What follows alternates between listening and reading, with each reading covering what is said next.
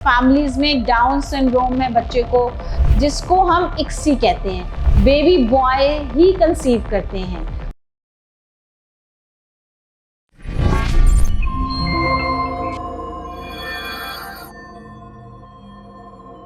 अस्सलाम वालेकुम, डॉक्टर सुंबल अफजल आज अपने पेशेंट्स के लिए बहुत ही बड़ी खुशखबरी लेके आई हैं। जिन लोगों को नरीना औलाद की बहुत ख्वाहिश है, मतलब आपकी 2 बेटियां हैं या 3 हैं, अल्लाह की रहमत है, मगर फिर भी हमारे मुल्क का सेटअप, पाकिस्तानी माहौल, फैमिली सेटअप, एंग्जाइटी, स्ट्रेस कि आपको बेटा चाहिए, तो अब ये बिल्कुल मुमकिन है। आप भी अपनी मर्ज़ी का जेंडर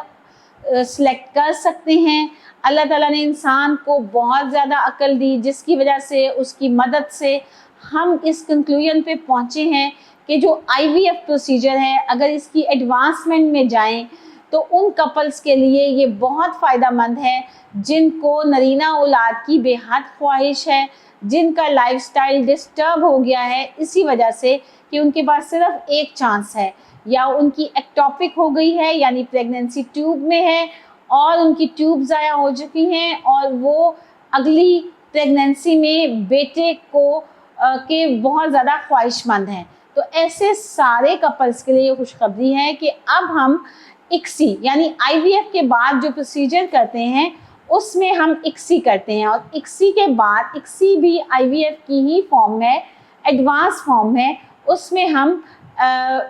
मुख्तलिफ एग्स जब बनाते हैं फीमेल के और हस्बैंड का स्पर्म लेते हैं तो हम उसको सिलेक्टेडली इंजेक्ट कर देते हैं, जिसको हम इक्सी कहते हैं। और इक्सी में हम आगे जाके जेंडर सिलेक्शन और जेनेटिक डायग्नोसिस भी कर सकते हैं। जेंडर सिलेक्शन में आपके पास जितने एम्ब्रियोज बनते हैं उसमें जितने एम्ब्रियो मेल हैं उनको हम ट्रांसफ़र करते हैं और आप 99.9 यानी 100% बेबी बॉय ही कंसीव करते हैं। और अगर आपका कोई जेनेटिक प्रॉब्लम है, यानी जिन फैमिलीज़ में बेबी एबनॉर्मल पैदा होते हैं, मिसकैरेजेस होते हैं, बेबी की बनावट में प्रॉब्लम आती है, उनके CP चाइल्ड्स होते हैं और मुख्तलिफ बहुत ज़्यादा मिसकैरेजेस हो जाते हैं, उनके लिए भी ये एक बेहतरीन मौका है कि हम जेनेटिक डायग्नोसिस से पहले ही ये मालूम कर सकते हैं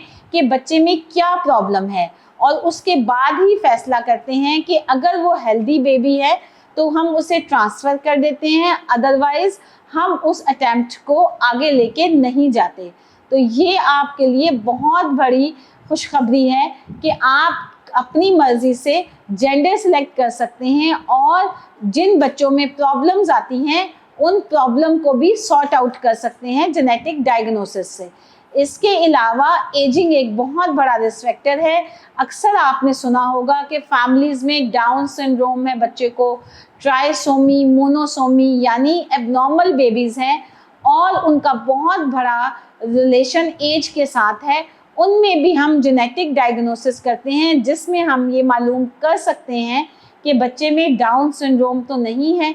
ऐसे प्रेगनेंसीज़ को हम कपल को पहले ही इन्फॉर्म कर सकते हैं और आप बहुत सी मुश्किलात से बच सकते हैं, अपनी लाइफ को खुशगवार तरीके से गुजार सकते हैं। मेरी वीडियो को लाइक करें और उन लोगों तक भी पैगाम पहुंचाएं जो कि बार बार इन प्रॉब्लम का शिकार होते हैं और अभी तक किसी सलूशन पे नहीं पहुंच सके। शुक्रिया।